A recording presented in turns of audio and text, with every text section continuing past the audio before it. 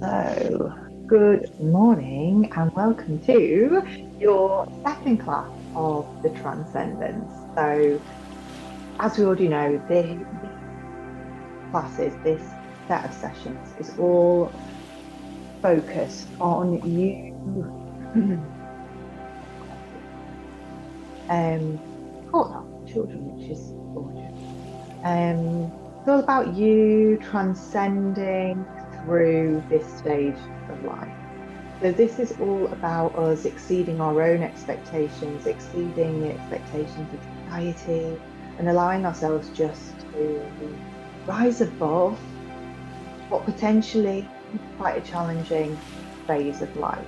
Our bodies are changing, our minds changing, our identity, our roles are changing. So we're really in the flux of it. There's going to be ebbs and flows, just like there is in every other stage of life. So our job, or my job here today, is to create a sense of safety around that transition for you and give you a really safe place to explore what's happening within your body, explore how you feel, explore more and learn more about perimenopause itself. But by no means is this session limited to those that are experiencing perimenopause. There is so much value in the meditation process, in the movement, in the breath work, in just having a really safe space just to be present and heard and seen. So whilst I will do the majority of the talking at the beginning of the session, there will be time at the end of the session for you to share your experiences. And in session 4, there'll be much more interaction with you all as well, so you're able to. I think that's a really important part of this process.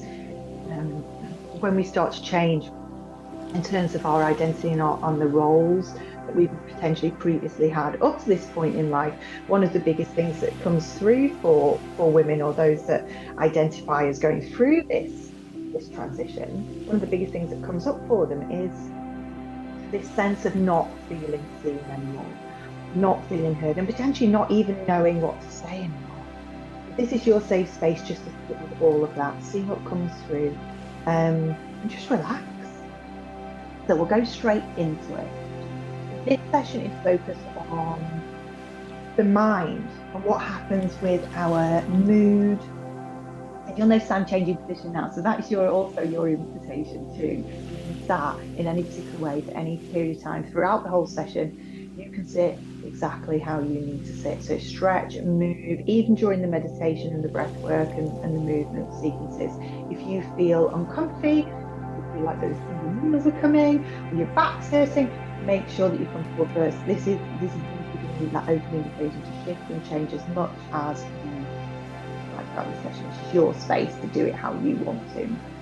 So this session is all about the mind. So our mood, our what's happening within the brain, and also, as I've said, about our identity, like how we view ourselves. So generally speaking, during the perimenopause, when we speak to people that are going through this transition, a lot of them come back with this sense of feeling like low mood, or literally like ups and downs, but those lows are quite low for some people as well. So it's different to what you might have experienced at any other period of your life. So it's separate essentially to low level sort of depression, that kind of thing. So the different this is maybe potentially new for you. That's the feeling you get from it. We also hear lots of people talk about a sense of anxiety. And again, this is maybe new anxiety or on a much deeper level of anxiety. So real peaks of anxiety. And then it might go away for a little bit at different points in your cycle.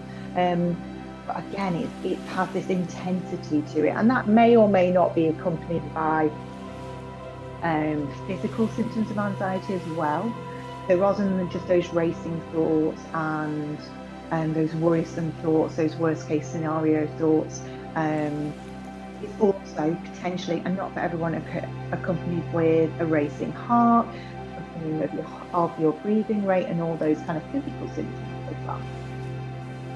We also get told, or experience ourselves, that the vast majority of people experiencing perimenopausal symptoms, and that during that time frame of life, they experience thinking, processing, and memory skills, or you might like to call it brain fog, or it's just that kind of sense of I'm just not quite firing on all cylinders all of the time. So it might be that we're grasping or struggling for words, that can't find the word for something. It might be that those kind of memory skills or thinking skills, processing skills that you might have had before just don't seem to always be there. Like there's parts of your brain you can just rely on. There's ways of being that you can rely on. Like I'm good at figuring things out. Like for me, I've always been really good with just working things out. Like the technology, like I've been for a very long time, totally capable in that area. And suddenly I'm like, I can't even work the remote control on the TV, and the children are like, why? You just point it out. But for me, I can't get my head around it. It's got one of those like magic pointer things. I do not get on with it.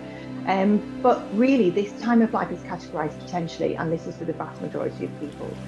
There's a shift or there's a change in the way that your brain seems to be functioning.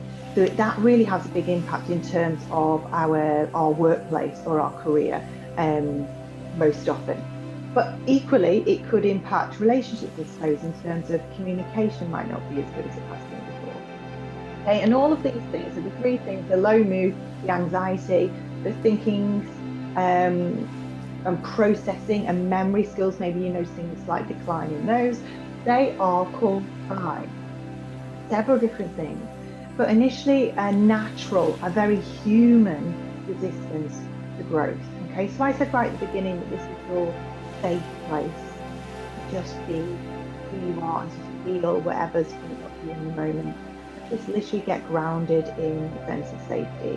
And as human beings, we have a human need to feel stable, to feel that we are safe. And within that, I mean not just environmentally, so not just in the space that you're in and the people that you're around making you feel safe. We need to feel safe with who we are, what we stand for, what we're about, how our bodies are, how our brains work. So it's really normal that when we're in this period of, and I was going to write natural resistance to change, but I've changed it to natural resistance to growth, because I want you to think about going through this stage as just as we would the teenage years. So when we're going through the teenage years, it's about us growing into the person that we are, that we're meant to be, right? It's about us exploring and changing and developing and learning and finding our place in the world. This is exactly the same thing. So I've termed it resistance to growth. The human psyche, so that very human part of us, really wants to stay exactly how we are. So when we start to notice these changes potentially in your mind, but then layer that up with your things in your body, changes in in the way that society views you, the way that you view yourself, and all that kind of stuff, can create this real sense of instability within us, which can really lead to low mood, because we're just like, what's going on? It's a chemical reaction within our body as well, remember. So we've got that mental part of it, that intellectual knowing, just don't feel like I quite fit in. I just don't feel like I'm firing all cylinders. I just don't quite know what my role is, all that kind of stuff on a real intellectual level and an emotional level. There's also that feeling of instability is recognized by our nervous system, which can then pop us into fight or flight mode, which we're going to look at in a little moment. But that can then trigger low mood. That can then trigger anxiety as well. And because the prefrontal cortex goes offline when we're in fight or flight mode, we also have less reasoning skills. We have less problem solving skills, which could again contribute to your brain fog. So we know already that a lot of these changes and fluctuations in mood and in anxiety and in how we're feeling our brains working are caused by hormonal changes within the body. So we have these big high peaks of loads of hormone in the body, and then loads of troughs as well, where those hormone levels dip right down. And this constant roller coaster creates overall imbalance in our hormonal system in the body, which again, as I say, can contribute to within the mind. We also have, and I found this really important, temporary, luckily, neurological changes.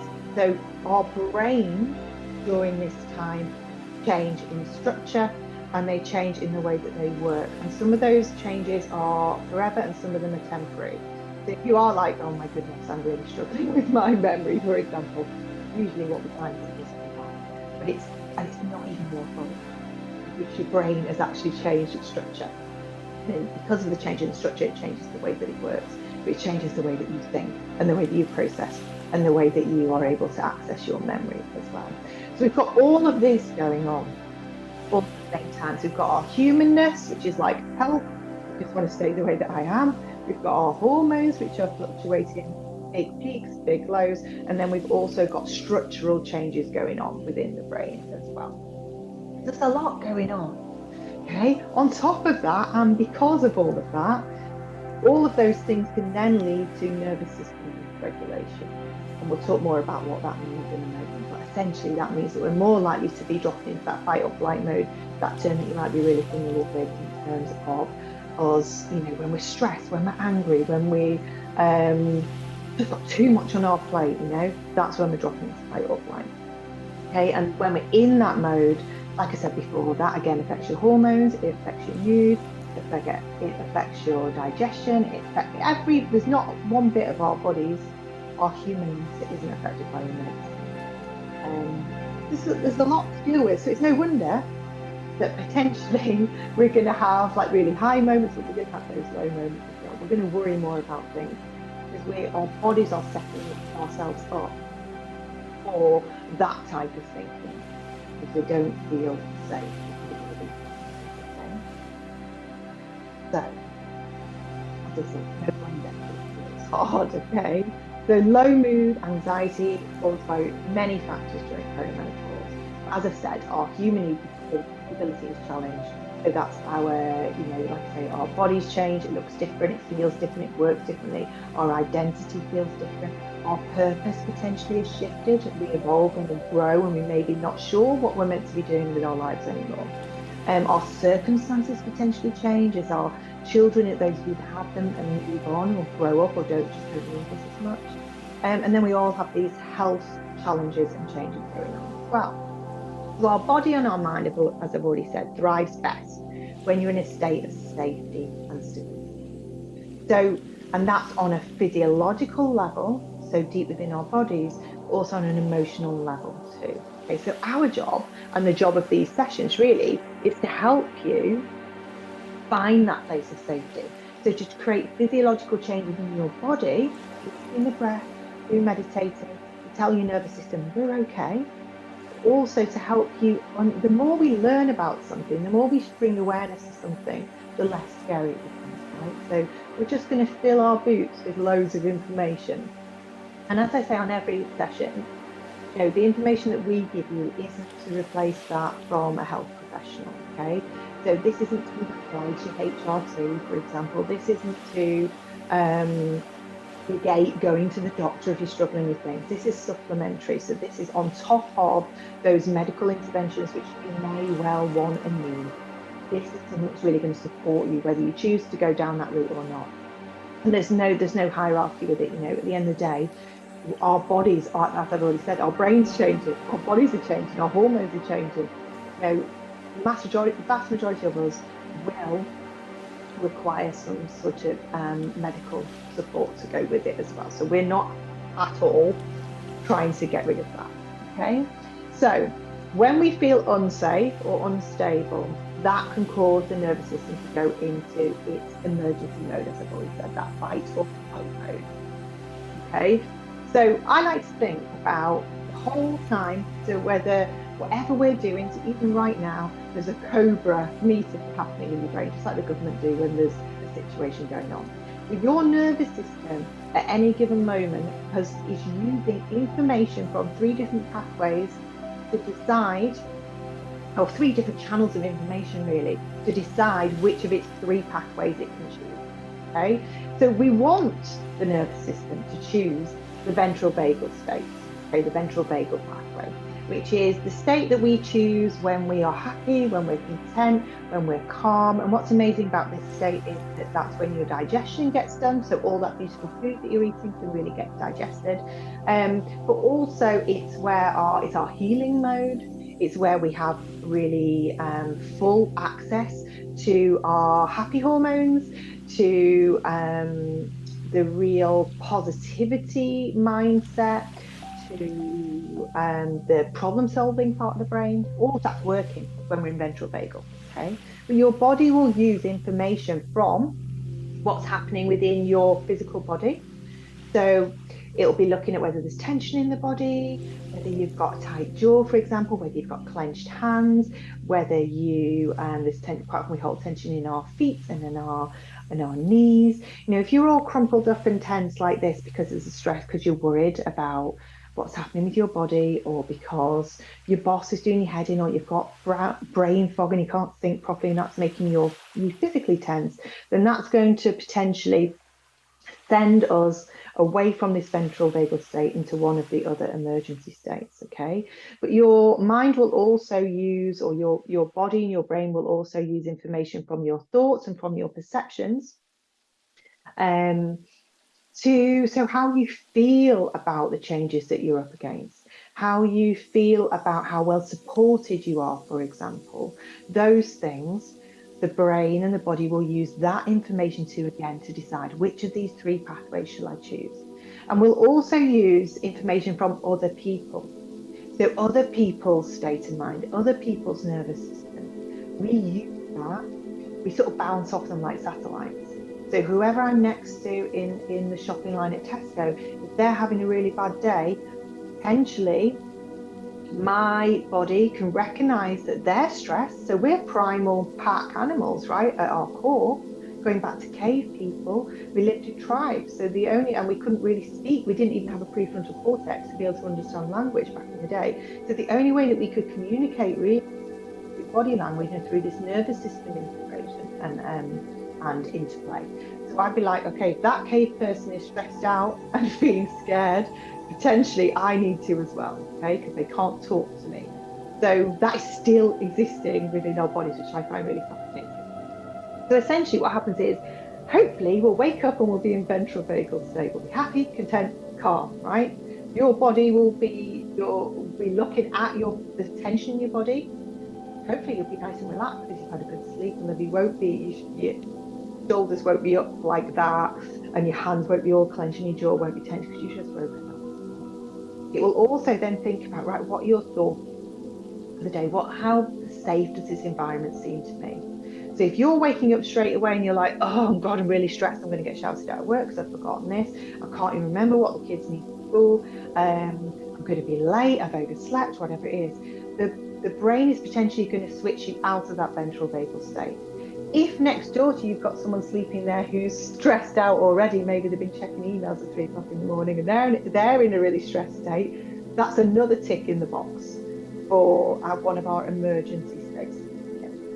So hopefully that makes sense. We wake up ventral vagal, everything's going well, but our thoughts and our perception of our day ahead, of our environment, of our circumstances, and those people around us can then help our brain choose a different pathway. So potentially you're going to move out of ventral vagal into fight or flight, which is what I call our defense mode. So when we move into that mode because we feel unsafe, or because the body has found some evidence through your thoughts, through the nervous system of others, or through tension in your body, that means that we're under threat, we're going to feel much more reactive. We're going to feel much more negative. Because if you think about it, when we're in defense mode, I need to be thinking about all of the worst case scenarios. I need to be ready for anything. And my thought patterns naturally become very negative. It's not necessarily your fault. That's one of the ways that you can think and work out what state am I in. If I'm kind of catastrophizing, if I'm kind of like reactive and I'm defensive and I'm like or I'm angry, most often we're in fight or flight, okay? We're in that defense mode. So our body use that evidence from those 3 different pathways to put me in fight or flight. It thinks it's doing the right thing. Okay.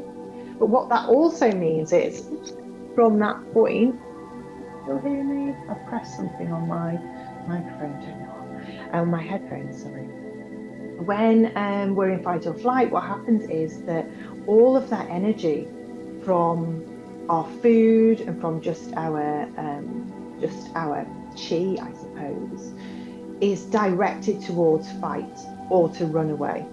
So all of those non-essential, like life or death systems, like digestion, like healing, like sleep, for example, don't happen during this phase. Okay, so if you're in fight or flight, you're simply not going to be in the best state emotionally or physically.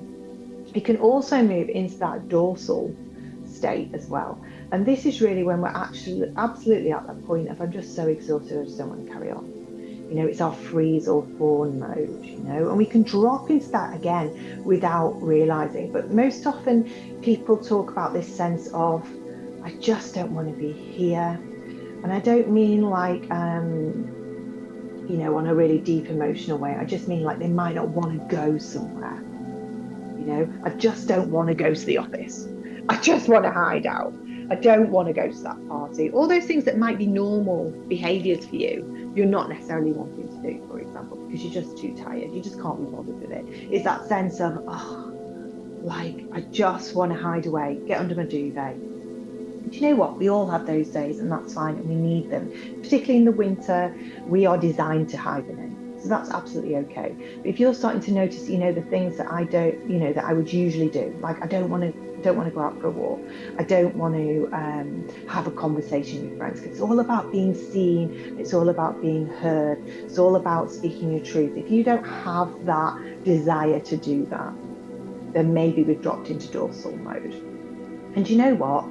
With the right information, with the right environment, with the right thoughts, we can drop back into that ventral vagal state from either of these modes. So if you find yourself in that freeze mode, that sense of exhaustion, that sense of I just don't want to do this, I don't want to be seen, don't want to be heard, what we need to do is get a bit of energy back into your body, and that will move you back into that fight or flight. You want to get, if you're just fed up with something and you're just in that state of acceptance, like things are never going to change. So maybe I'm that fed up with the way that my body feels and the lack of support that I'm getting from my partner or from my GP or whatever it is, and you just feel like giving up. What we need to do is get back angry about it again. I need to move myself back into fight or flight. And then from that point, I can move myself back into ventral vagal. Once I'm in fight or flight, all I've got to do is allow that emotion, that anger, that defensiveness, the reactiveness to move through my body. Emotions are just energy in motion. So if you just keep that in mind, all it might mean is that you need to maybe go and actually journal on that anger, get it out your body, move it through your body, sing it out, shout it out, go up on a mountain and scream on the top of the hill, you know, or go for a run, just move your body. Our emotions need to be kind of processed physically by the body. And then a bit of breath work, a bit of meditation, and we can move back into ventral vagal. Okay.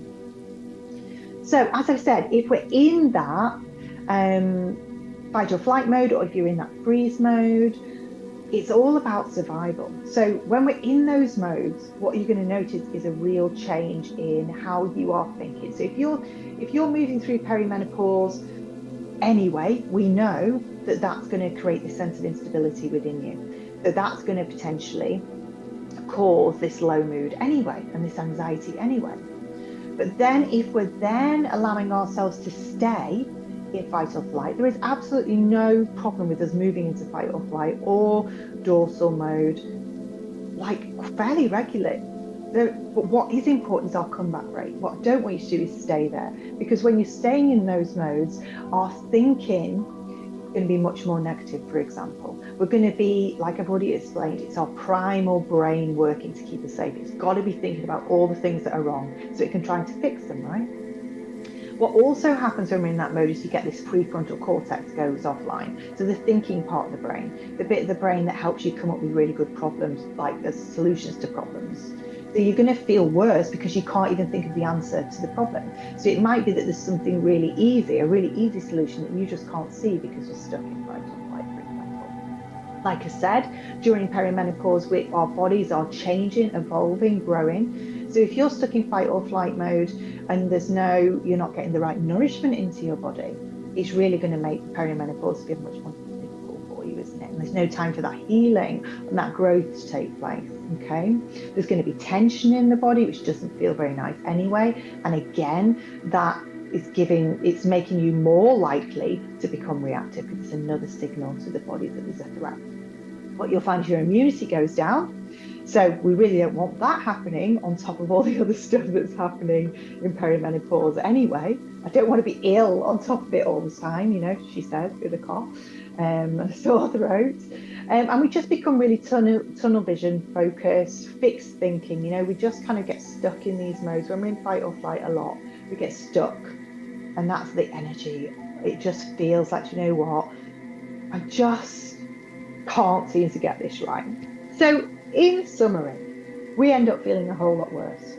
Okay. So, what I want you to start to think about is how can I be checking myself to see what mode I'm in, and how can I get myself out of either of those moods and back into ventral vagal. Like I said, there's nothing wrong with them. They're there to protect us. Sometimes we need to hibernate. Sometimes we need to get bloody angry, and that's okay. But most of the time, I want you to stay in that ventral vagal because it's going to make perimenopause a whole lot easier. Okay, so, and one of the reasons for that as well is that, like I say, when we're in that tunnel vision mode, when all I'm focused on the whole time, it's not even our fault, it's just the way that our brains are working in that survival mode, in that fight or flight mode, or in that dorsal mode. I'm really fixated on what's going on, what's wrong with my body, okay?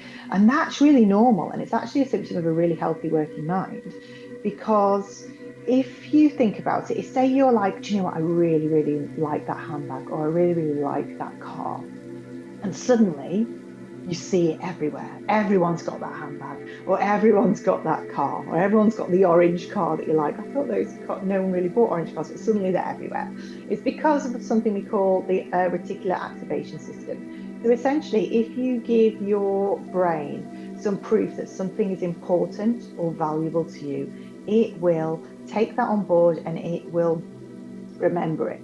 So it's going to show you it everywhere. You give something some of your undivided attention, if you give it some of your presence and some of your time, and you attribute emotion to it as well, so you're like, oh, I really like that, your brain's going to be like, right, okay, she wants me to remember that, they want me to remember that. Okay. And so every time it does appear, remember that our brains are scanning constantly. There's so many things in our environment at any given time. Our brain can't possibly take it all in. So it uses categories like, that's not important, don't need to show her that. So you just won't see the things that you're not focusing on. But the bad news is, if you are focusing on stuff, if you're talking about your symptoms all the time, and yes, we do need to share. Yes, we do need to tell the GP. Yes, it's important to get it off your chest and move it through your body. But if you're predominantly focused on the negative aspects of what's happening to you right now, your brain's going to go, right, that's what she wants me to focus on. That's what they need me to bring to the forefront of our mind all the time, okay? But you can work with that process. So we can wire our brains to focus on the things that we want to remember. But the key to that is, let's get ourselves out fight or flight when we're very tunnel visioned on the negative.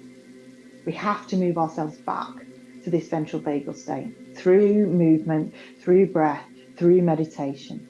Okay. So, and what's really magical about that, I suppose, is that we then give ourselves this sense, if we understand how our brains work, if we understand how our nervous systems work, it gives us some control. So it should hopefully make you feel empowered to really sit with that awareness of where I'm at, what's going on for me, and just really move towards feeling good as often as you can. Okay, so that's not to say that anger isn't important. We're going to talk about that in a moment.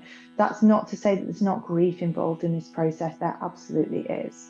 But what's really important is that, when you are angry with somebody, you can remember every bad thing that they've ever done. Like, it's like everything that they've ever done to you ever suddenly it's like, I'm going to remember all those things, you know. But when you're in love with that person, for example, literally everything is great with the world, right? We've got no money. Who cares? You know, we're in love anyway, you know, which is gorgeous. But what that tells us is that your emotional state controls the story you tell yourself about your life.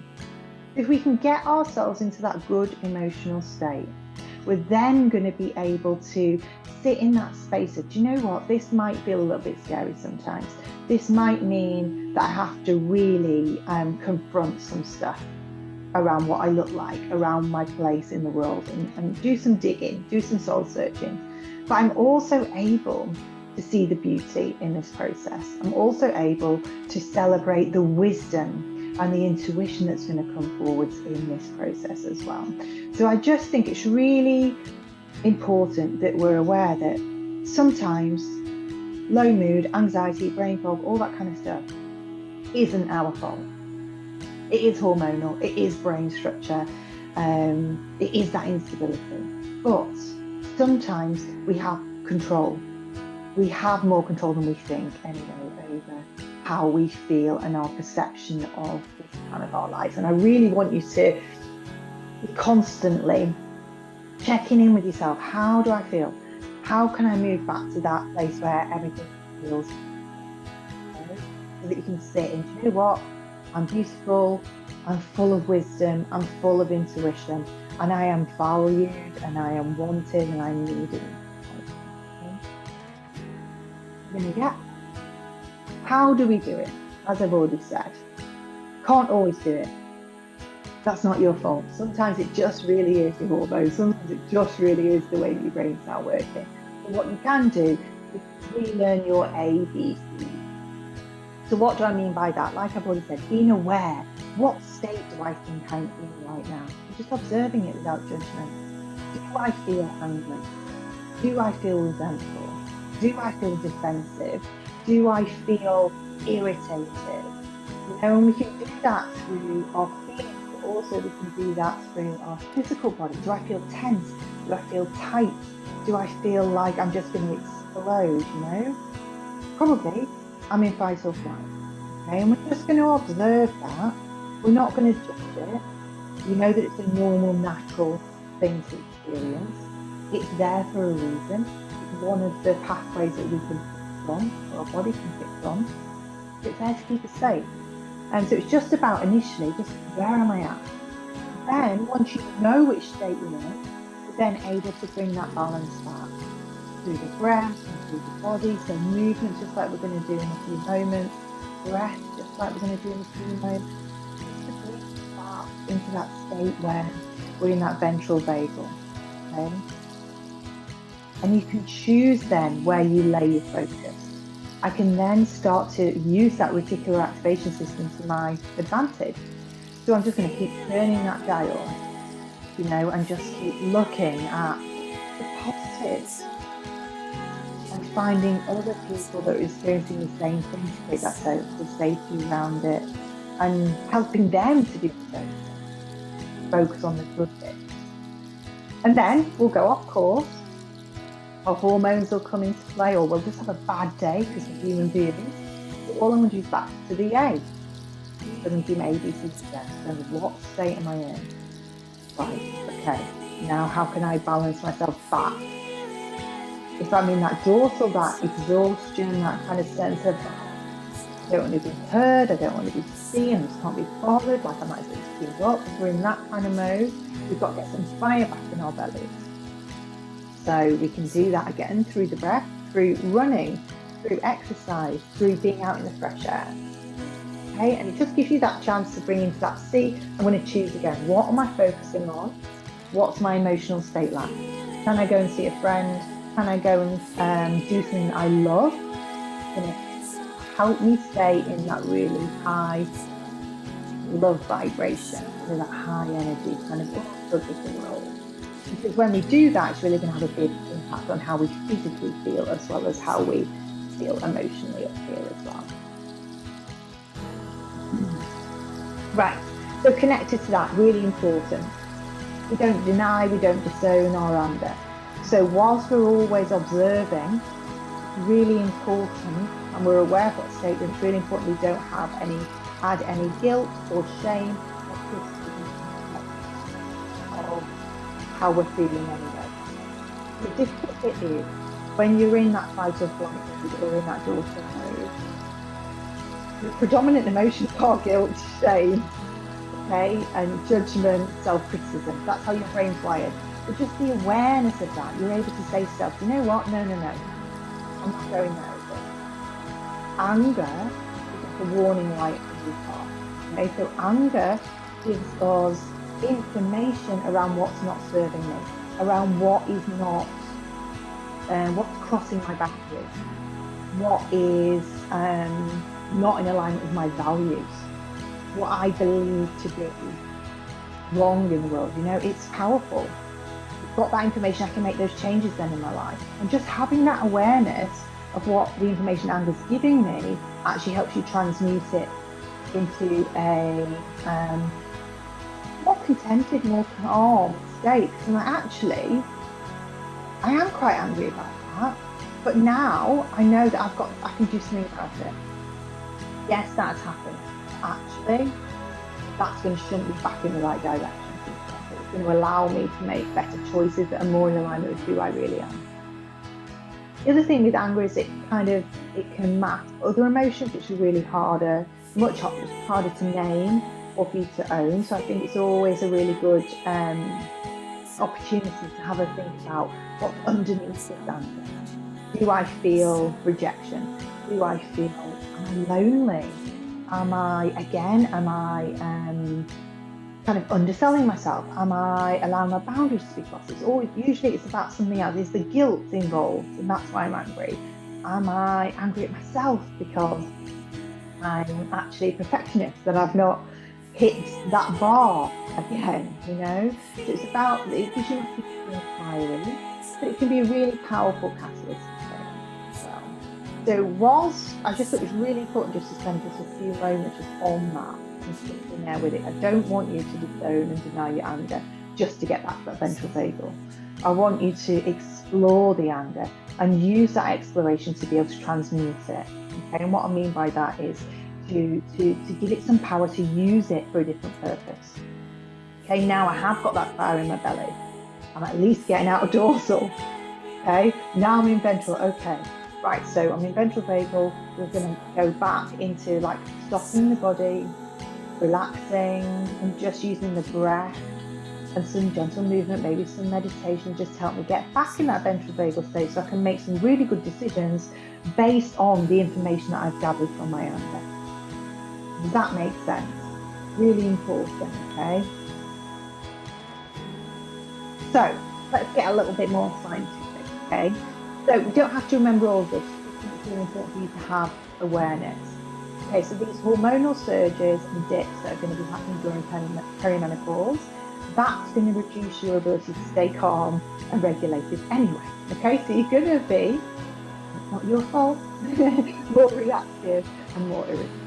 Okay, if you layer on top of that, so you're going to be like that anyway because of your hormones. You have got a harder job, but it's absolutely possible, A, to balance your hormones with the right support from your doctor or through supplements or through whatever else, but also, you know, through this like, awareness piece that we've got. If I'm aware that I'm more likely to be like this, it almost gives you that distance that you're able to say, do you know what, it's just my perimenopause, I'm sorry that I shouted at you, or it's just, you know, actually just bring some softness back to your body because you're like, do you know what, that thing that's really irritating me, maybe it's not that big a deal anyway, it is just my hormones. Sometimes you won't be able to get that to that point at all. Okay, and that's absolutely okay. Go and have a rage, move it through your body, go for a run and come back. Okay, but if you combine all of that natural reactivity and irritability with poor sleep caused by low progesterone, and we've got these peaks and troughs of the hormone progesterone and estrogen, it's going to make you more irritable anyway, isn't it? If you've not had enough sleep, you're going to feel rubbish, you're going to feel more angry, everything's going to get on your nerves. Okay, but on top of that, we've got estrogen and progesterone bind themselves to areas of the brain, like the amygdala and the hippocampus, and both of these are areas which are associated is memory, hunger, sexual desire, anger. So because that process is happening, because you get these massive peaks of both of those hormones and massive dips, what we find is that that could be what's responsible for this sense during perimenopause of lots of old glucose coming up, like we learned last week. Okay? And that sense of this unfinished business in the past. So again, that's going to make you more angry. Okay, but I think that awareness of actually, this is the process that I'm meant to be on. My body's going through this change because that is what's meant to happen. This anger, therefore, that's coming up within me during this time is meant to be there. It's meant to give me these warning lights. It's meant to help me work through and right the wrongs that happened in my past. If, and this is a big caveat to that, if I am properly supported by friends, family, mental health professionals, GP, whoever it might be. Okay, if you feel willing, able to go there, it's about us turning that down to us sort of celebrating this phase. This is an opportunity for me to get back into true alignment with who I really am. This is why a lot of the time we see people leaving relationships, changing jobs, moving to a different country during this phase of life. So I'm not by any means suggesting anyone does that, but it's just using these natural feelings during this natural transition, this natural phase of life, to help guide me back to the person that I was always meant to be. It's like the soul is coming through and you're not able to ignore it anymore. And these hormones are working with the soul to help bring all this to the forefront for you. Okay, so there's other stuff going on as well. So we also have, I talk a lot with children around, Lady Margaret and Karen and all that kind of stuff. They love all of that. But actually, what we do find is during the perimenopause, we do get a little bit more like Lady Margaret. We do get a little bit more Karen-like. There's nothing wrong with that at all. And it's to do with the falling away of our conditions. It's to do with the increase in androgens that we get in our bodies as well. So, speaking generalisation, generally speaking, what we find is that during the early phases of our life, we are more concerned with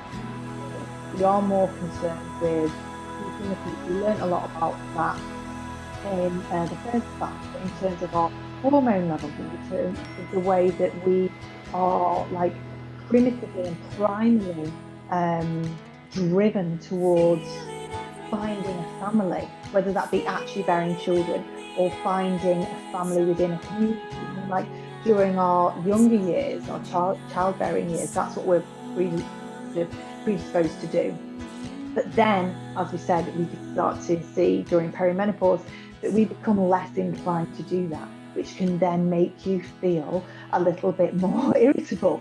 So when you're like, God, what's going on with my brain? My mood is so up and down. It's not always, like I said, it's not always your fault. It is about this realignment. It's about us going, do you know what? I'm not taking this anymore.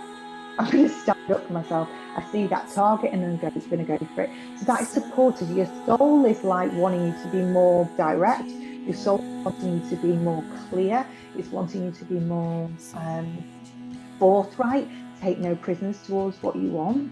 And the hormones are supporting that process. We've got the androgens coming in for you, which are going to help you move towards those targets and help you feel more clear and more powerful, which is a great thing, right? The two things, the soul and the body, are working with each other. Okay, so that's the anger bit. Then we want to have a look just quickly about low mood and anxiety. So what we have, as I said, is these big peaks and troughs of your hormones all the way through perimenopause. Estrogen is the big one that's involved with regulation of mood. And that's because it's necessary. You have to have estrogen in order to be able to produce serotonin. Serotonin is our happy hormone. Okay? So if you're getting hit from your estrogen, which you will do during your perimenopause, that potentially, you've got less serotonin, which means you're going to have a lower mood. So we've got this soul stuff going on, but we also have this very physical, real stuff here, which may need supplementation. to lift you back up. Okay? Or it may be that you find another way to naturally get more serotonin. We also have decreased levels of progesterone during the perimenopause. It's usually that happens first, to be honest, before we get the dips in estrogen. And that the progesterone is linked to GABA function. When you've got low progesterone, you have low GABA. And GABA, when we don't have enough of that, so GABA is like another regulator, mood regulator. If we don't have enough GABA, we also get loads of anxiety. But usually early in perimenopause, it's important to increase progesterone, which will maintain you have less poor GABA function, just giving you anxiety and low mood.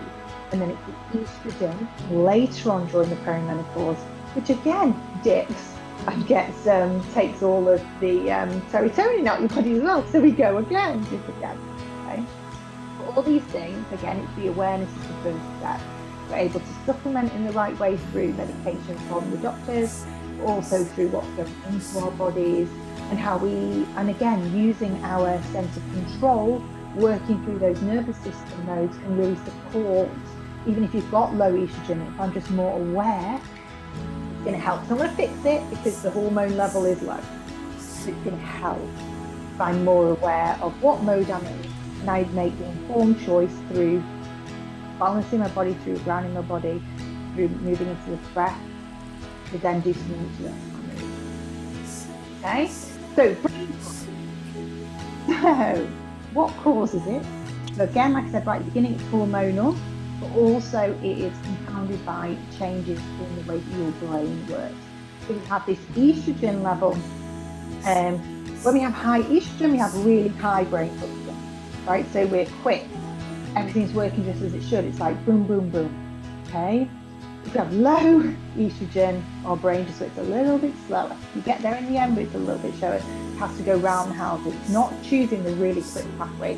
Any energy exchange isn't quite as good as when you're estrogen at the time. So we've got changes in your brain also. Okay? So particularly changes in the temporal lobes associated with memory and fitness.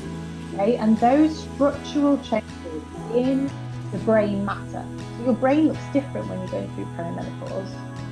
Those changes impact your ability to find the right words, to remember stuff, to understand, to process things, and to interpret information specifically. So we're not saying that you lose your ability to be able to do it, it's just that you have to find new ways of working with your brain. Also, just having a little bit more patience, things going to take a little bit more time to come through. But we also know that your intuition is really strong when you're in perimenopause, which is trying to come through.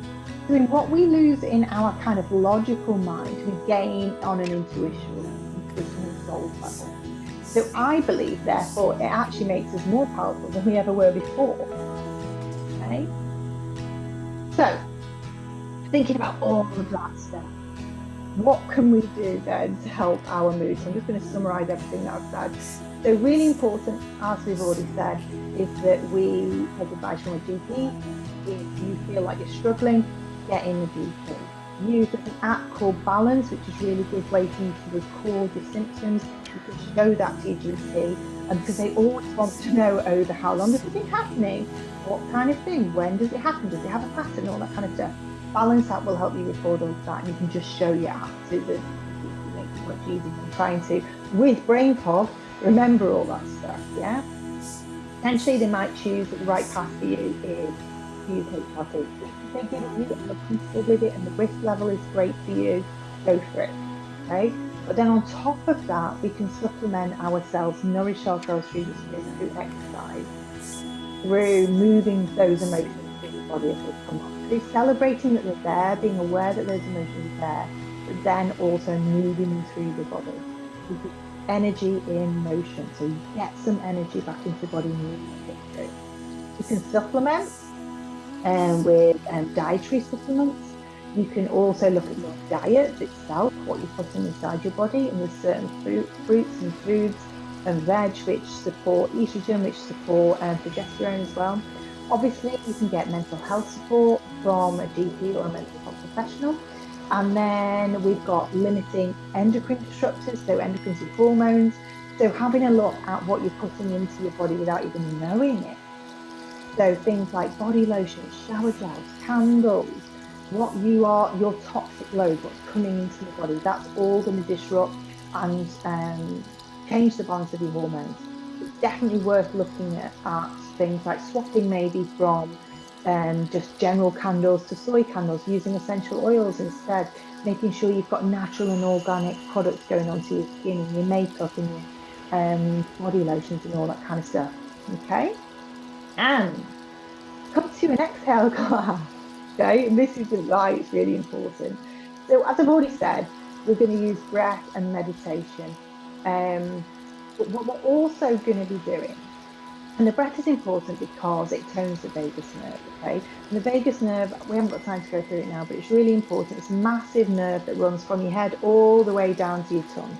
So that's why what's happening in our brains can really impact what's happening in our tummies as well, okay? Because it's to do with that vagus nerve. So the more toned, the more you work with that vagus nerve, the less reactive you're going to be.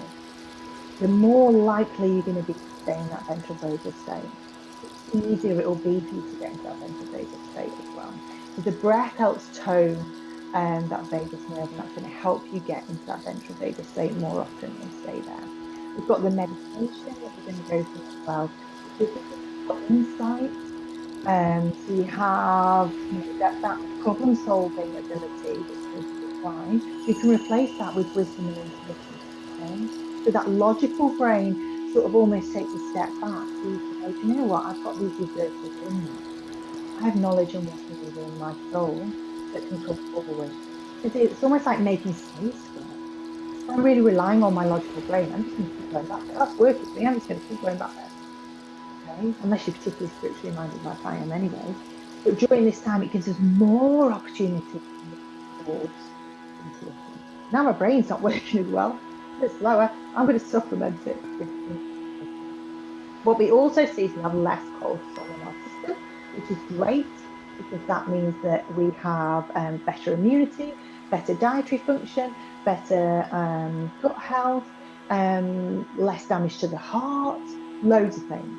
Okay, we also have better prefrontal energy, like I said here. The prefrontal is where we make all our logical decisions, but it's also where we hold our sense of self. So if you've got more energy through meditation moving to that area, you're going to get better. So it's going to aid that brain function. It's going to aid that neurological structural change, but it's also going to give you more understanding around what your values are, who you are. Remember, I said right at the beginning, our identity is threatened. Our very value in society is threatened when we're perimenopause. So having a real good understanding of who I am through that prefrontal energy, the meditation will do that for you.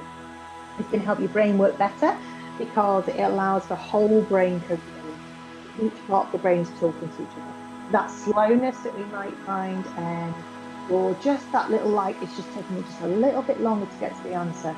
Lots of meditation can help the brain work a little bit quicker. It strengthens the neural pathways, gets them talking to each other much more quickly, much more often. And it can also obviously support really deep healing and rest. So what they say is that you could sleep the whole night, but you only need to meditate a couple of hours to get the same sort of effect. And I'm not saying you need to go and sit for hour after hour, but coming to an exhale class for an hour and a half and just being chilled, even that's a meditation in itself. Okay? It's obviously a healing and supportive space. We have music. So the music now I'm going to use as we move into the class, the proper like the movement and the meditation section of the class in a moment. It's healing music, it's frequency music. So it's chosen to support the healing process. You also have an opportunity here to connect with the people on an energetic level and let them hold you through this healing process as well. Okay. But what we're going to do today in particular is we're going to work with the throat chakra. Okay. So we're going to open up the throat area. Okay. And we haven't got time to really go into what chakras are all about, but just know that the throat chakra, the energy center that sits around this area of your throat, is really integral to your thyroid, but also to your hormones. Okay, so if we can balance the throat chakra, what we usually find is that we have balanced hormones. And what also happens on top of that is that you have better communication within yourself. Who am I? What do I stand for? What do I have to say? What is my true soul song? But also how you communicate externally as well. Which again, when we're struggling for words, because of the brain fog and all of that stuff, if we can help anything that's going to help us through that period, anything that's going to help that brain work a little bit quicker and that processing of information a little bit quicker, I'm here for it. So that's what we're going to work on today. So we're going to do movements through the throat, and our meditation is also focused on the throat chakra as well. So we are going to move into our meditative part of the class. So whilst all that information is, and I appreciate it's a lot of information to take on, but hopefully even there's one nugget in there for you, just let that settle in. Put that to one side for a little bit. I know you were taking notes. Just allow that just to sit there and just experience the class for what it is. And just allow yourself to be really present. Okay. So whilst I get myself ready and get the music ready, you also want to do the same. So I invite you at this point to shuffle, to change position, and right the way through this movement segment of the class. If you need to go at any point, that's absolutely fine also. But if you can stay for the whole thing, that would be great for your body. Make sure that you've got some water to hand. Make sure that you've got because thinking that you need a ring all the way through the class isn't really cool. And also just make sure you've got enough space around you. Be really aware of any injuries that you may have already in your body. So if there's anything that's going on with your head, your neck, your back, your shoulders, or if you've got any breathing issues going on at the moment, just literally work at your own pace. My voice is just a guide for you. If you cannot or don't want to take part in any of the movements, any of the breath work, anything that we do today, it's absolutely fine. Just allow yourself the permission to just visualize that in your head, and the energy of what we're doing will carry anyway, whether you're doing it or not. It's the intention that we place that is the most important bit. So just settling yourself down. I'm going to sort myself out, so you've got plenty of time. I'm going to move now onto, I'm going to get the music up. So you'll have no music for a moment. Bear with me. Okay. Just going to share. Okay. Right. Okay. So just when you're ready, allowing yourself just and if it feels good and comfortable for you, you are just going to close the eyes down.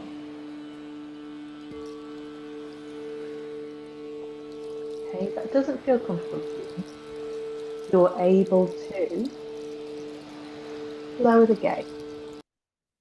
Just moving, picking a point on the floor, for example, and just allowing your gaze just to rest there. Okay. And we've got a beautiful playlist in the background that will start to come through in a moment. And that's again going to support our healing on every level. So I'd like to invite you, whilst that music starts to come through, now the eyes are closed or the gaze is lowered, just to set an intention for this session. Whether that just to move into that ventral vagal state, if we're not there already, whether that be to help you focus on the celebration of this phase of life, whether that just be around just feeling good in this moment, feeling present, having that hour a week just to connect to yourself. Maybe you want some wisdom or some guidance to come forward. Remember, meditation is a spiritual practice. Strengthening that connection to soul, to spirit, team guidance. So just allowing that intention just to drop in. Don't judge it, don't criticize it. Usually it's the first thing that comes to mind. What do I need today?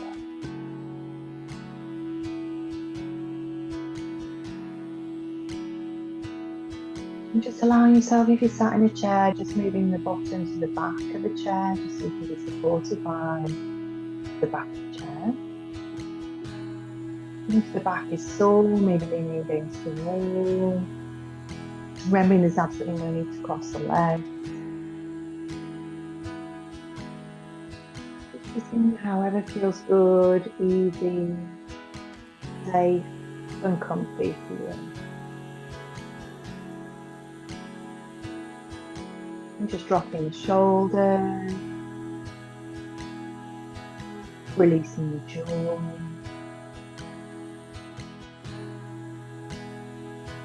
And just placing some awareness on the throat, the area of the front and the back of the throat. And just noticing if there's any contraction or any sensation when we think about balancing our hormones, but also when we think about standing in our truth and in our power. You may feel the need to clear the throat, swallow, yawn. You may feel nothing at all. So just allowing your body just to do what it needs to do. And it is in addition to the intention you've already set for yourself, just adding that intention just to work with and balance the area of the throat, the energy center that's in the throat.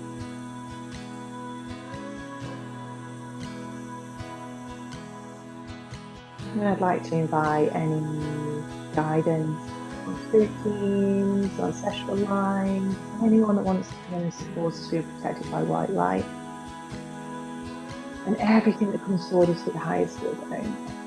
So if you want, you are able to invite that into yourselves as well. In whatever way feels good for you. Always asking to be protected. And it's beautiful bright white light surrounds you, cocooning you in beautiful white light.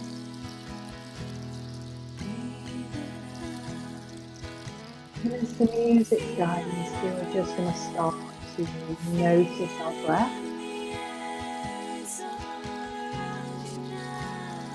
Surrounded by that beautiful white light, we're just going to notice what's happening to your breath. Where does that breath enter the body? Where does the breath leave the body without any changes, without any judgment, without any criticism? The breath is what it is. And just give yourself permission just to be with that breath. And to allow the breath to give you some guidance on maybe areas of tension in the body, where the breath is sticky or contracted. In the tummy or in the throat, in the shoulders, maybe in the back of the rib cage. And where is the fluidity, where is the flow, softness of the breath?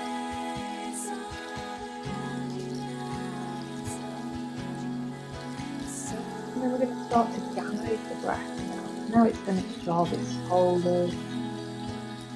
Give us some nudges towards where tension might be lying in the body or the mind. We're going to start by, on your next exhale, you're going to make a sigh, an audible sigh.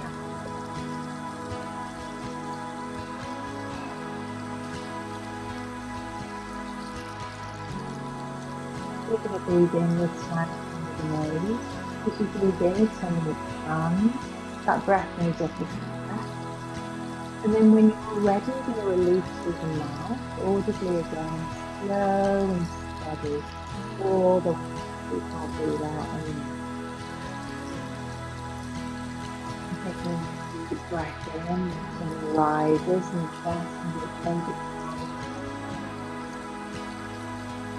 And then release slow and steady through the mouth.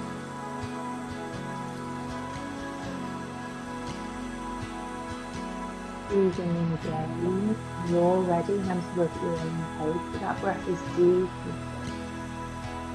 Taking in or rising up. And then we're releasing slow and steady.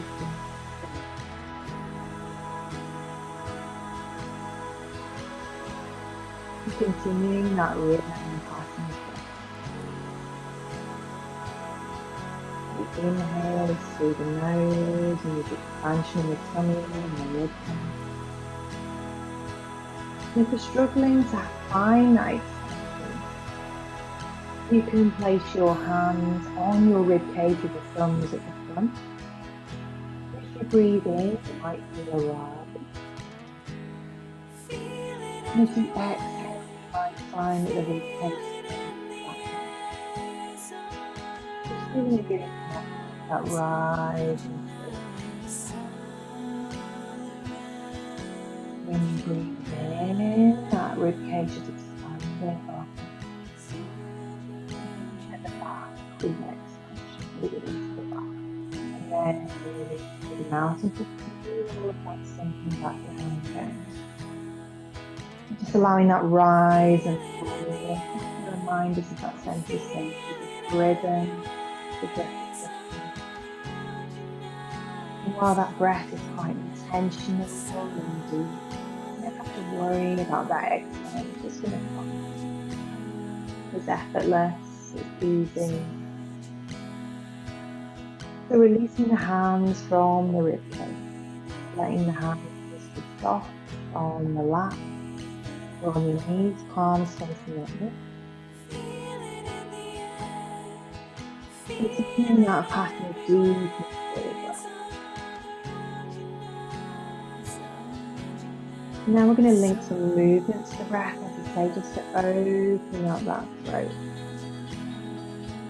Start to balance those hormones energetically. So as you breathe in, I'll extend the head towards the right. And as you exhale, I want you to move the head slow and steady towards the left. Linking the breath with that movement. As you breathe in, moving the head back towards the right. And on the exhale, you slow and steady in time with that breath. Move all the way over to the left.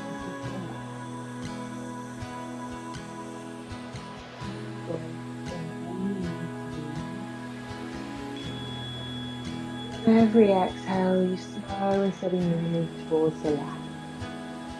And you allow the shoulders to be dropped. Allow the jaw to be. And you're just continuing that pattern. Staying slow. And that rhythm and repetition of movement and breath does a really good job of softening that nervous system, helping it choose that better behavior. And what it's also doing is inviting the soul, the spirit to come forward. Just allow yourself just to get lost in that movement. Work at your own rhythm and pace.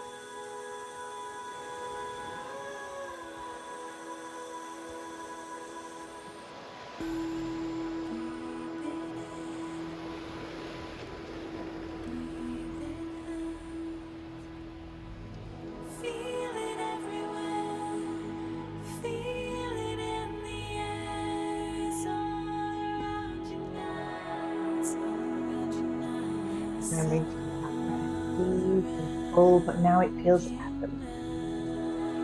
Now that breath's done its job of being intentional, now it's time to put that joy. Like these are full breaths you can feel much more deep your body. And your mind.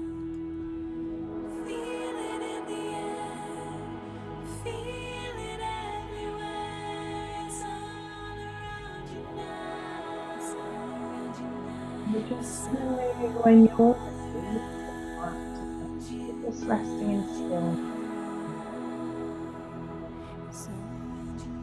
And we're going to work on the other side. So when you next come to the inhale, you're going to move the head over to the right. And as you exhale, you're going to move towards the left. Inhale to the right. Exhale to the left.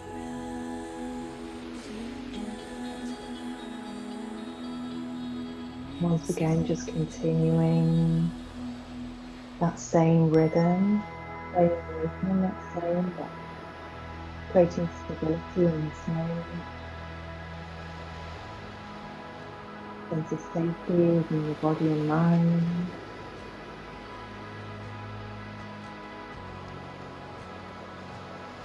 Allow yourself just to get lost in your breath.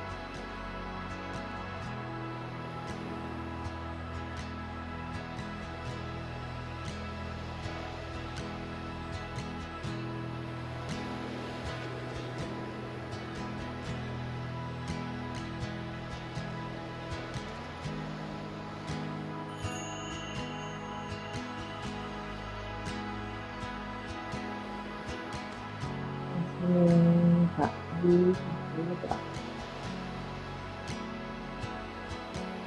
Shoulder drop before release.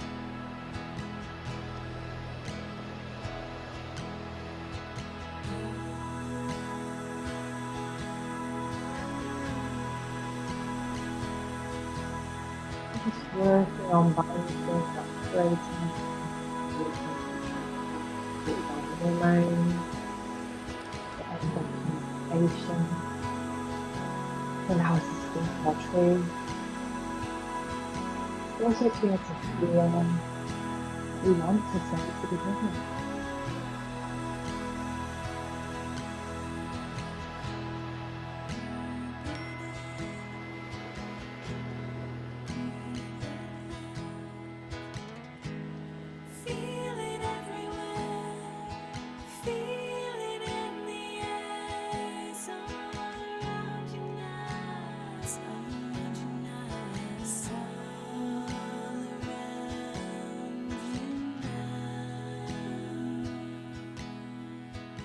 When you're ready, let's come back to safety. We're just letting go of that breath for a few moments. We're just settling into stillness.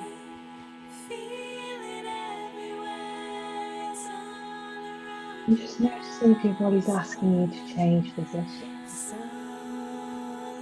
If it's asking you to swallow or to yawn or to stretch. Just honouring what your body needs in this moment.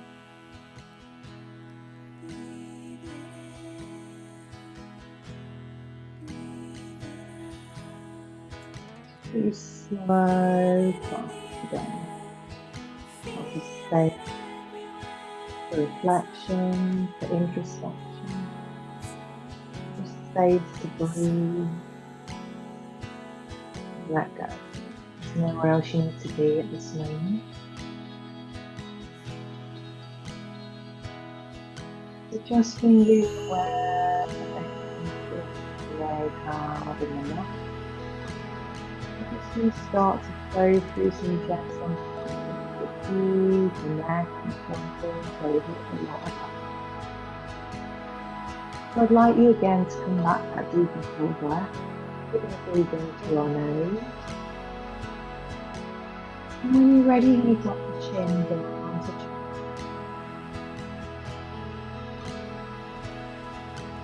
Breathe in again, still that rise in the body, even though the head is dipped. And as you exhale, you notice the chest and sink back down. You can take that chin forward. Another deep breath in when you're ready here. In the nose.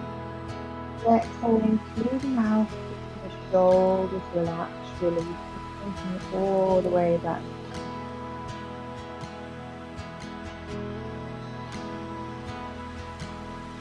Breathe in, and we're going to roll right ear towards right shoulder. As you exhale, you're just going to take the shoulder away from the ear, just to increase that stretch. You're just moving towards the right shoulder. Breathe in. And exhale. Move to the ear and the shoulder. We're just working towards each other. We're just always noticing if I can go a little bit further. So we just breathe in, we rise. And as you exhale, you just see that ear closes. Not rising up with the shoulder, not lifting up towards the ear, down to the shoulder. Breathe in here. And softening and releasing that stretch. You might feel it across the side of the neck. Breathe in here. And as you exhale, you're just going to roll the head all the way back down to center, back to touch chin on chin.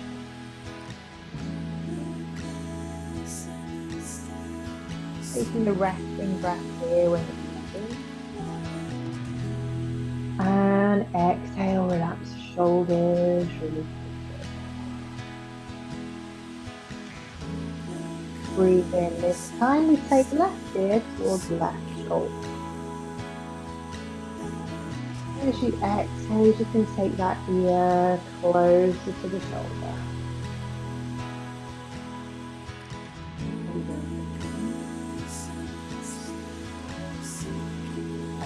And out. There's no need for the ear and the shoulder to meet. You're just working towards each other.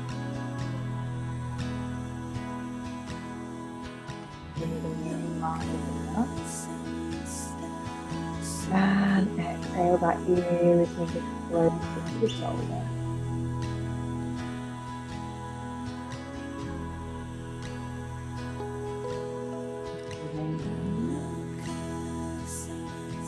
And exhale here, just softening that whole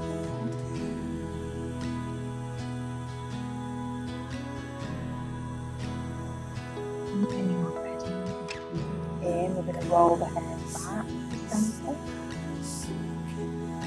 Exhale here, remember to tuck the chin down.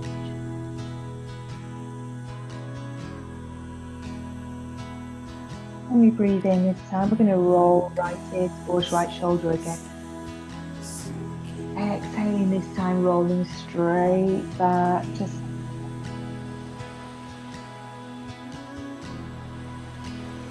Breathing in, left ear towards left shoulder this time. And then exhale all the way back down.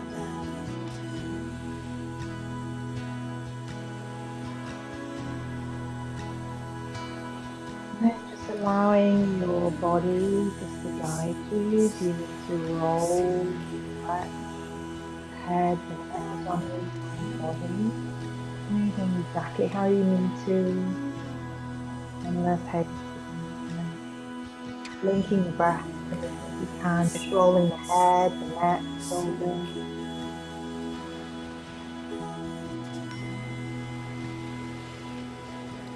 And when you're ready, you just relax into stillness and just that intentional breath right now. Bring back to natural, easy, slow breath. And just noticing any shifts or changes within the body. Is your body asking you to move? Soft or left? You need to yawn and stretch or swallow. Just keeping the eyes gently closed or that gaze, honouring what your body needs.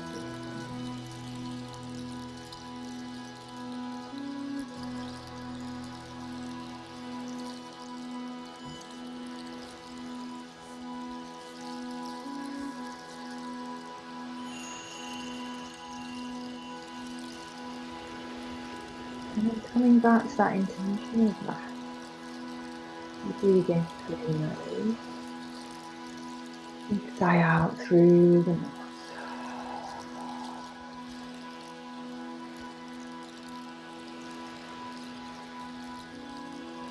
As you breathe in again, we're going to stretch right arm high up towards the ceiling.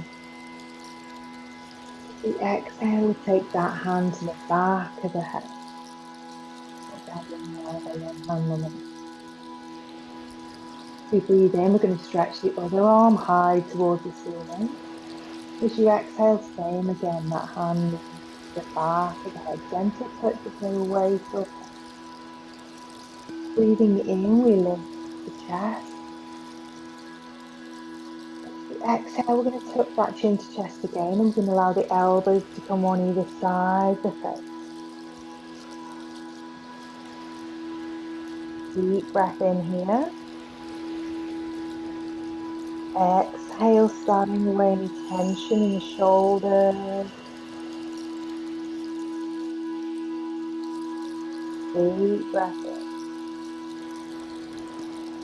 Exhale here. Remember, there's no weight on those hands on the back of the head.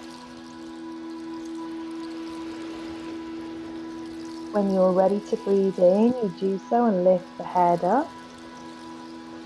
And as you exhale, keeping the hands where they are, you're just going to take the elbows wide. So we're opening up across the chest. Our heads are lifting, throats exposed. Breathing into the tummy here, so in through the nose. Exhale here, beginning to feel that space across the chest, those shoulder blades moving closer together. One more deep breath in. Exhale here, you can feel it in the shoulder blades. Just breathe there and allowing yourself to soften, surrender, release. Deep breath in through the nose. And as you exhale, we're going to tuck chin to chest. The elbows are going to come to frame the face again. Chins nicely tucked. Breathe in here. Exhale again, just rolling the shoulders beneath you, keeping your hands where they are. Gentle touch on the back of the head. You breathe in. When you're ready, we lift the head again. And as you exhale, you're going to take the elbows wide. Same. Breathe in through the nose. Exhale through the mouth. Elbows are wide. Chest and throat is very centered. Deep breath in again. Exhale through the mouth. Release any tension. Surrender. Let go.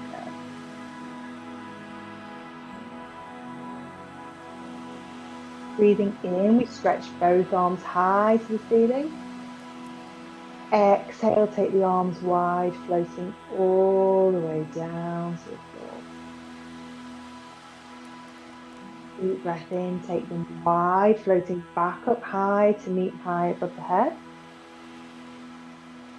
And exhale, floating all the way down. So just loosening off those shoulders now. One more time, deep breath in, stretching high. The heart and the throat are exposed to the sky. When the hands meet, you exhale, taking the arms all the way back down. And then when you're ready, taking the hands back to the thighs, back to the knees, palms facing upwards. And just for a moment, sitting in stillness, just noticing any changes in the body, in the breath, in the mind.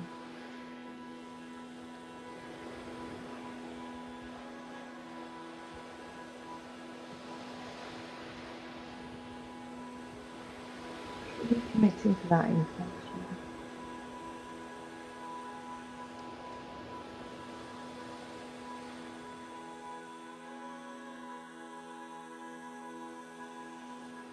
And just allowing yourself just to be held in that place of safety by the stillness.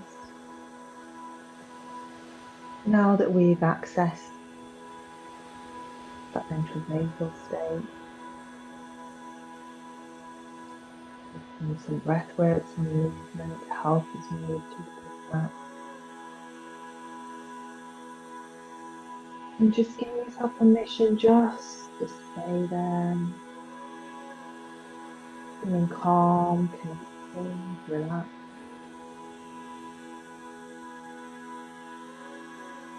And we're going to move into our guided meditation session now.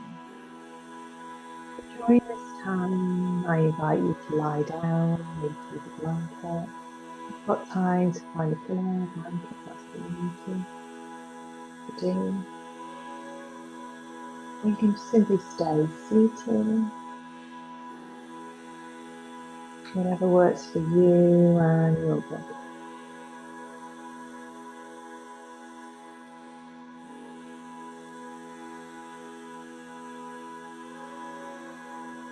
Just keeping the eyes gently closed if you make those adjustments. Very well.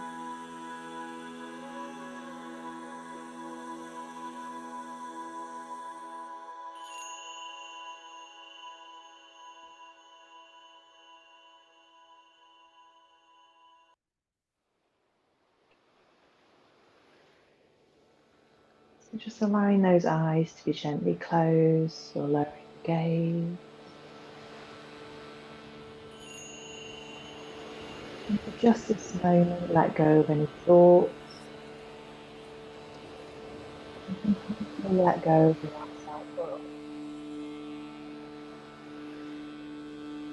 If you wish, you can keep your breath free and easy, or you can choose to take a deep inhale through the nose and exhaling through the mouth. Putting away with every breath. You're relaxing the head, the forehead, across the brow, between the brows.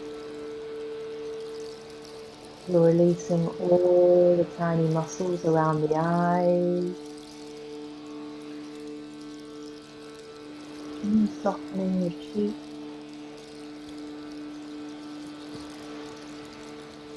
Relaxing at the jaw, and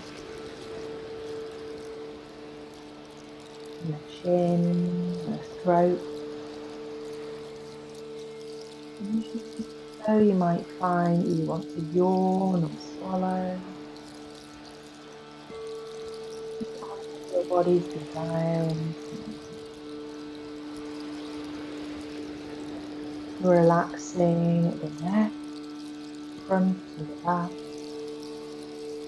and down through the shoulders, the chest, the ribcage, down through the arms, the wrists, the palms, and each of the fingers.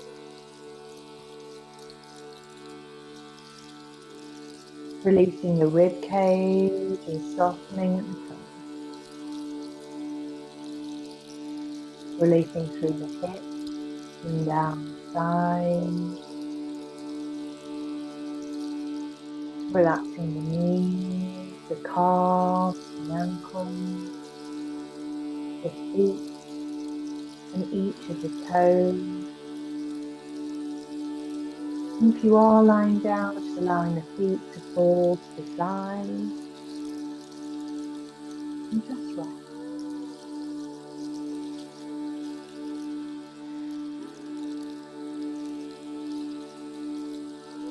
Just rest.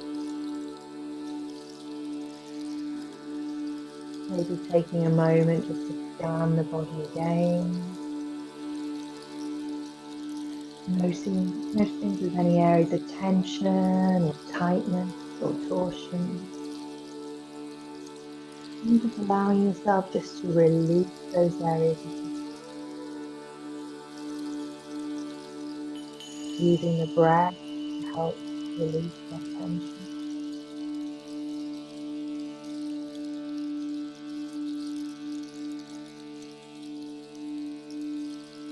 Just rest.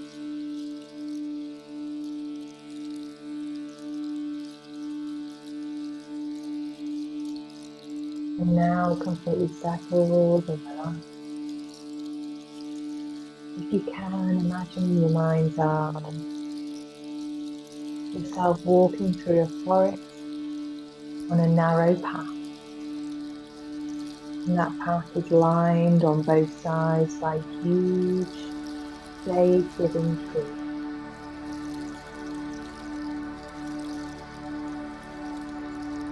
As you walk along this path, you can hear sounds of insects, butterflies, even small animals scurrying around, kind of happily singing. In the distance, the stream flowing over its rocky bed makes a pleasant gurgling sound.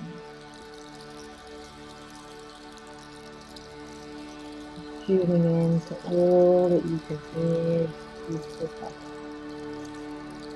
And the water, the trees, the breeze, the animals, the insects.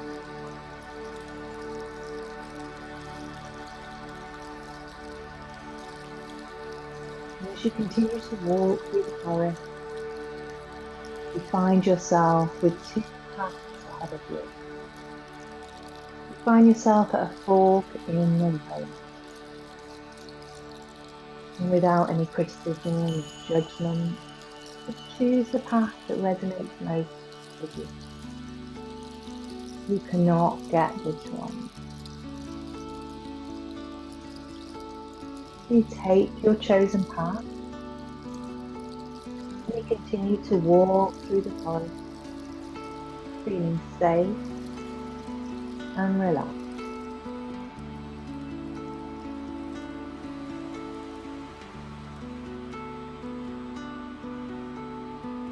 As you walk, you notice a small clearing in front of you.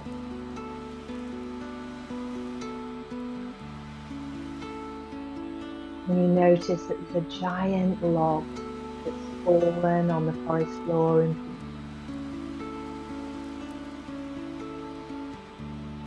And you notice the texture of the bark on the log. You notice any moss or wildflowers growing upon it. You notice any insects or any birds that rest on it.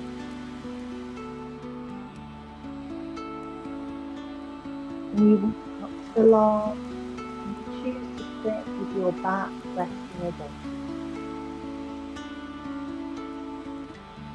As you sit, you notice the feel of the bark against your back and the soft bed of the forest floor beneath.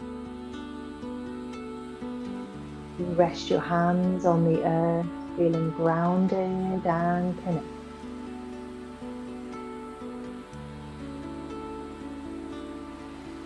And as you sit, maybe the sounds of the forest become even more evident. There's a magical quality to them. And now you can hear even the faintest of sound. It's like the whole forest is playing a symphony, especially to you.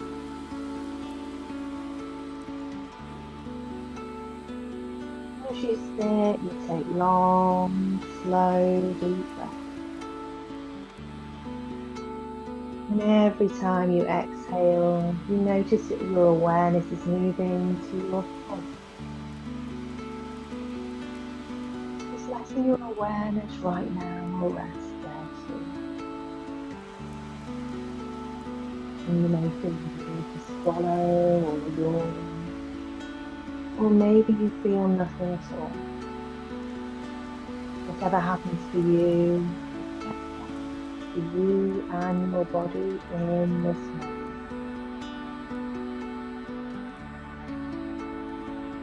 And at the area in and around your throat resides the energy center that we call the throat chakra. And you might like to imagine the chakras as vortices of power which allow energy to flow through your aura, through your nervous system. And this energy moves through each chakra almost like a whirlpool of escaping water from a plug hole, moving down and tapering off to a central point. The energy from each of your chakras taper off to very thin channels, which are joined onto the spinal column.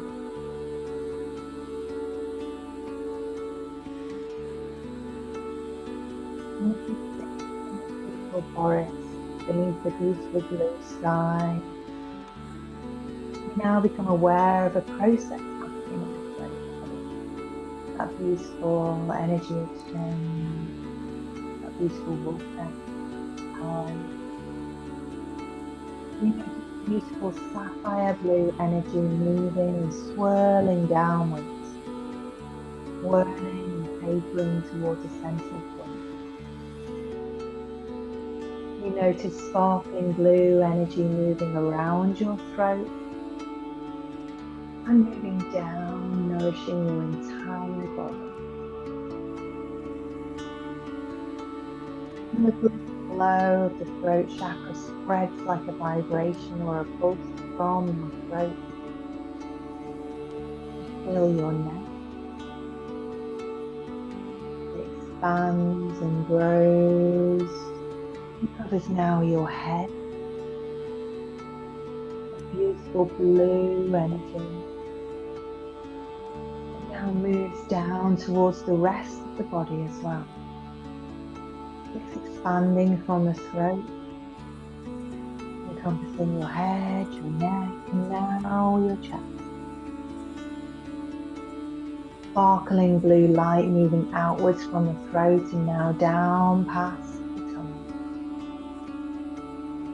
past the hip, the thigh, the leg, the feet, and outwards still from the throat now, covering your entire body. Your entire body is encased in beautiful blue energy and light. You instinctively know that connecting to this energy is nourishing your connection to yourself and to your soul. This energy is acting as a communication channel between yourself and your soul. And give yourself now the opportunity to hear, to see, or to know any information that your soul wishes to receive.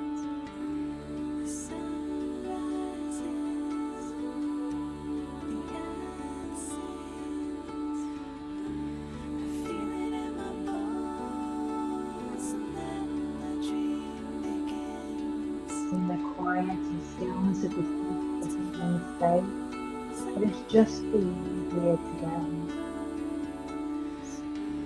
Those words of wisdom are much easier for you to receive.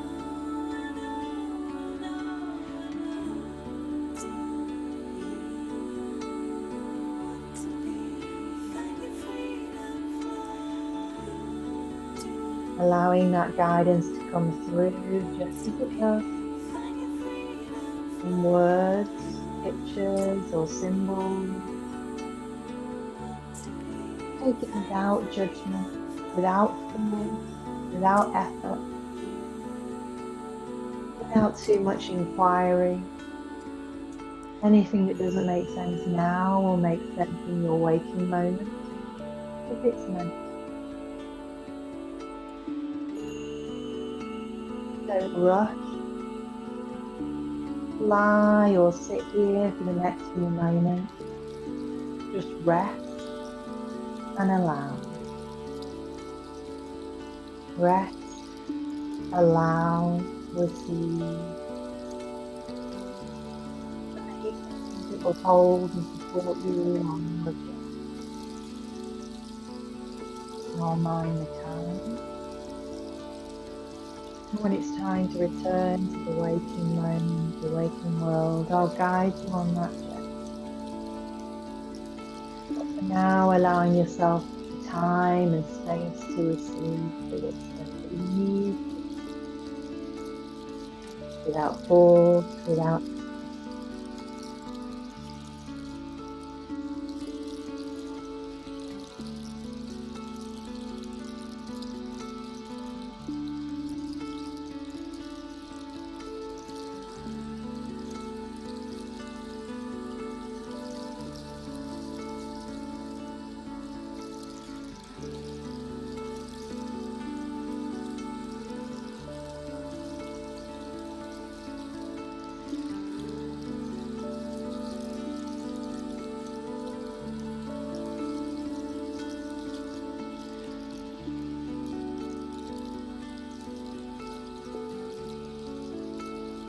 time that your mind wanders, bringing the mind back to the music,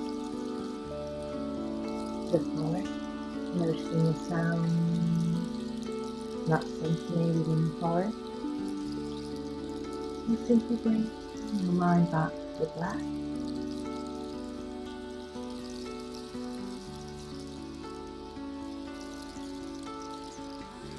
Allowing that wisdom to come forward without force or effort.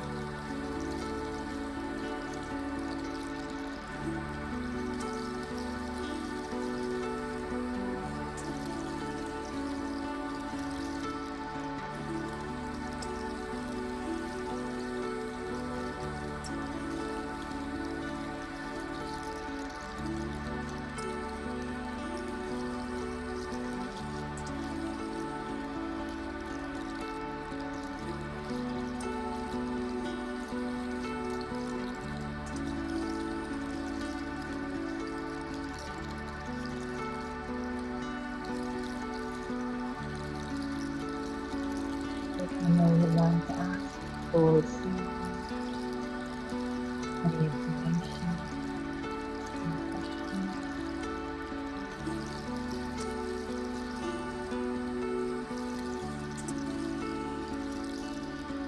Making its way ahead of your mind, asking the soul and the spirit to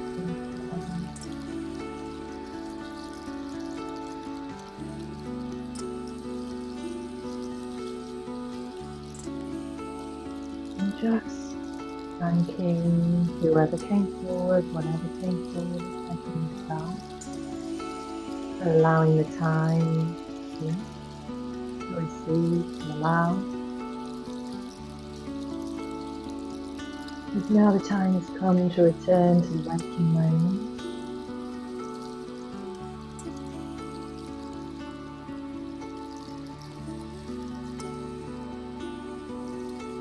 And your awareness is back now on the forest. And when you're ready in your mind's eye, you gently stand up and start walking back from the fallen log, slowly and steadily towards the edge of the forest. Walking in your mind's eye back to where you first started.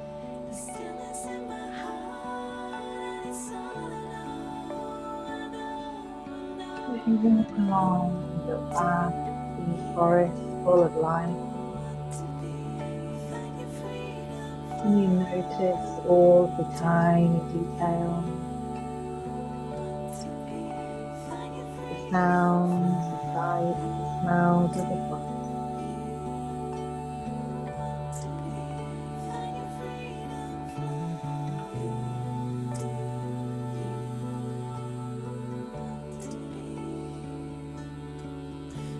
Noticing the birds, the insects, the butterflies, the trees themselves, the plants within the forest. forest full of light. And now looking up to the beautiful clear blue sky that exists beyond the branches of the trees. Just feeling rested and at one with it all. Just giving yourself permission just to take that feeling of oneness, that feeling of grounded connectedness.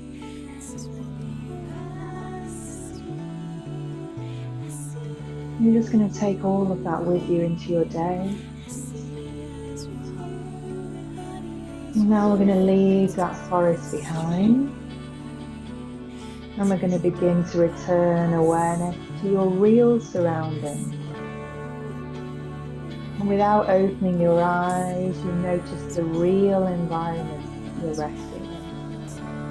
You're noticing any sights or sounds, even though the eyes are still closed. Noticing the depth of the blackness behind the eyelid. Any colours. Noticing the sounds in the room which you're resting.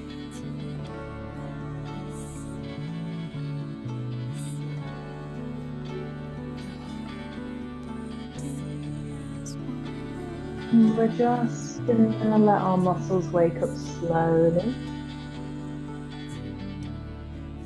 And we're going to begin by wiggling the toes, circling the ankles in both directions.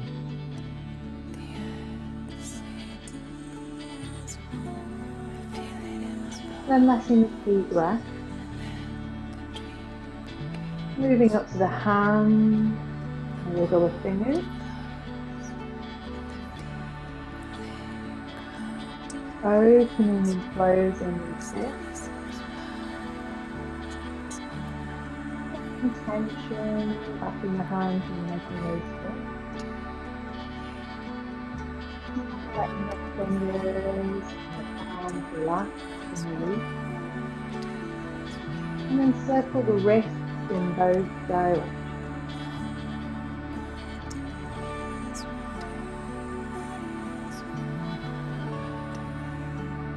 And if you've been lying down, taking this moment still with the eyes gently closed as it goes lower.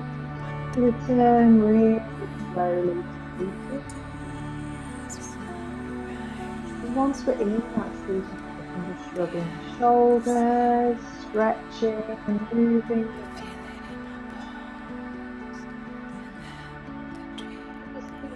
Just feeling peace and gratitude for this moment. And whilst you were relaxing. And we're just going to take a nice deep breath in, and as you do so, you're going to stretch the arms high above the head. As you let the breath go, you're going to place your palms together and you're going to move them down in front of the heart. Relax the shoulders, release the hips. And I just want you to notice the connection of the palms and the fingertips. Noticing any warmth, any energy in the palms of the fingers. If you wish, just creating some warmth by rubbing the palms together.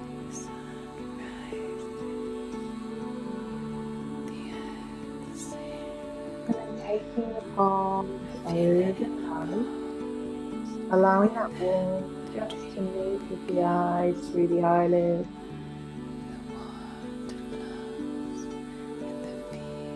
And just allow yourself just to settle for a moment.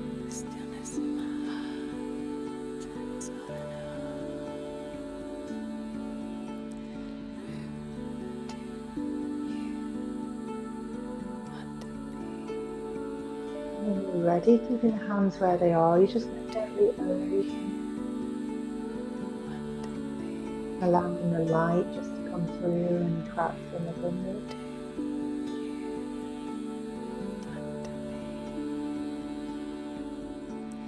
And when you're ready, taking the hands slowly away from you. And down on your knees on your mat. Just inviting any last movements through the shoulders, the jaw, any stretching that you need to do. And then, as I say, I'd like to also say thank you for joining me in this healing space. It's been my pleasure to host. It's been my pleasure to hopefully empower you to remember that you're on a beautiful transitional journey that we are meant to be on, a journey that's moving you through big emotions, but also through those big emotions back into alignment, back where your soul is meant to reside, back towards intuition, teaching you to trust your inner wisdom, your inner guidance, and all of the hormone changes, the brain changes, and the support. So for the rest of the day, I invite you to reflect, to journal, to have some inquiry around what came forward through that meditation. If you didn't receive any information, sometimes it's because we tried too hard, we tried to force the process, or simply you already know these. And I'd always like to invite you, when you get to that point in life, as I stated earlier, to allow yourself to know. What if you did know? We always know about releasing those veils, giving yourself permission to trust the information in the way that it comes forward. Spirit team, soul will speak to you in a way that only you can understand. Easy, take it slow, lots of water for the rest of the day. Just going to end where you're holding in.